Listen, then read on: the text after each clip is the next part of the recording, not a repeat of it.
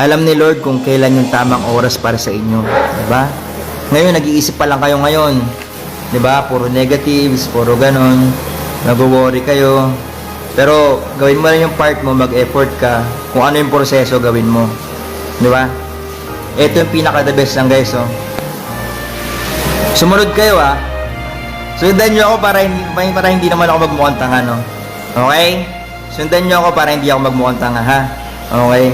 Nagmumukha lang naman tayong tanga doon sa mga taong walang bilib sa atin, eh. Pero hayaan nyo sila. Yung resulta na sa atin, okay? May guidance ni Lord, okay?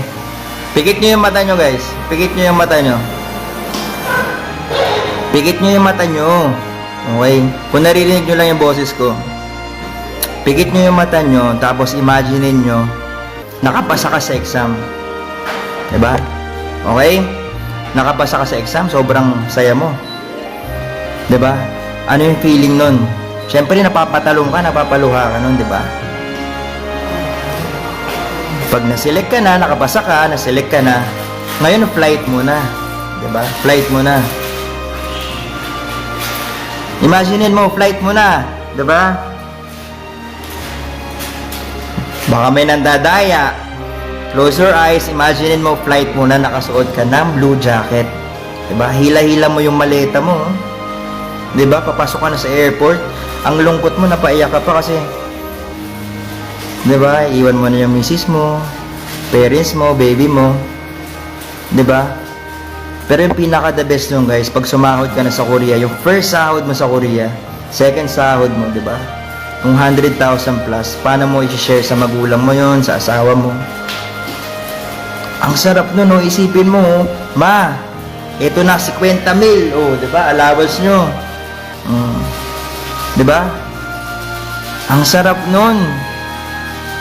Makapagbigay ka sa parents mo, 'di ba? Habang nabubuhay pa sila, siguro mga parents natin 60 years old na, 65, 50.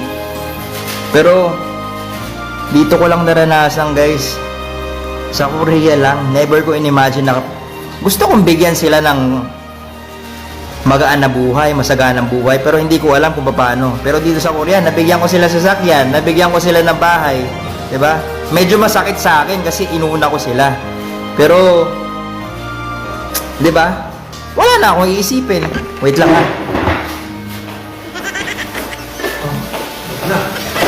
Sunog pa. Sunog pa. Umuwi.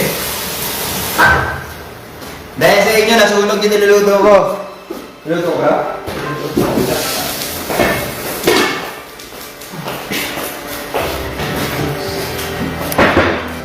Guys, isipin nyo, ha.